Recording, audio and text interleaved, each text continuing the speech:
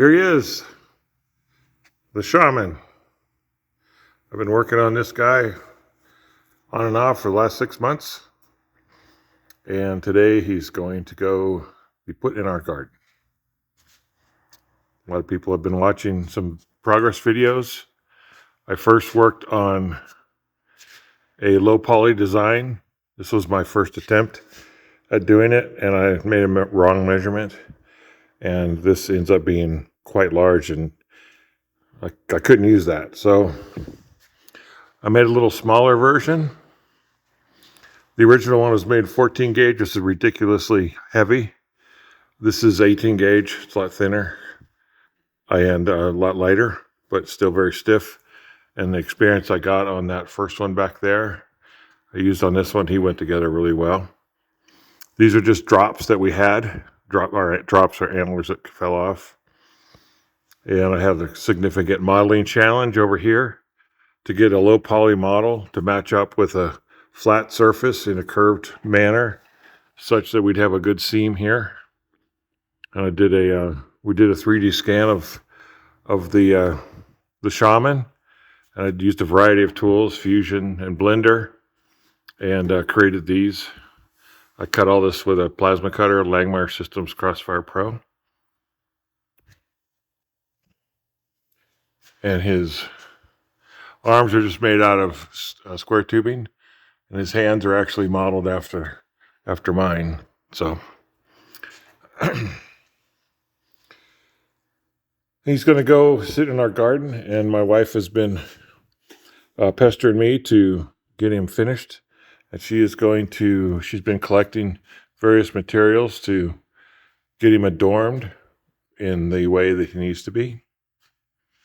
And today, the last thing I did today was I made this staff. This staff here is made out of what looks like probably 3/4 or 1/2 inch round stock. And I got a scrap piece of rebar up there. And then I took a crow off of our jitterbug sculpture that's in another part of the garden, and I tacked it on there. And he's looking pretty impressive.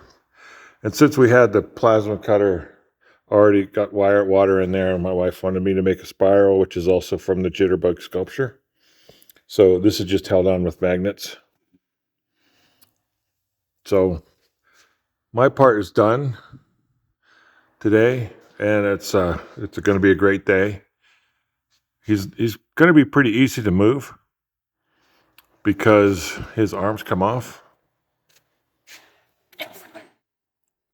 So I just have a piece of 1 inch square tubing going into a piece of 1.25 inch square tubing. And his hands come off as well. Just focused in on here. So this is a piece of 3/4 inch square tubing. And then I just tacked his hands on the back there. So from a moving perspective, we could just tip him down, take his arms off, tip him down and lay him flat on his back, and he won't bang his antlers in because his back will be kind of fully supported. Inside of here, I made a wire buck out of a 1/4 inch round stock. And so he's pretty stiff. This is like an example of the 1/4 inch round stock down there. He also has a structural frame made out of square tubing inside, but all the panels actually have tacks to hold the panels onto the wire buck.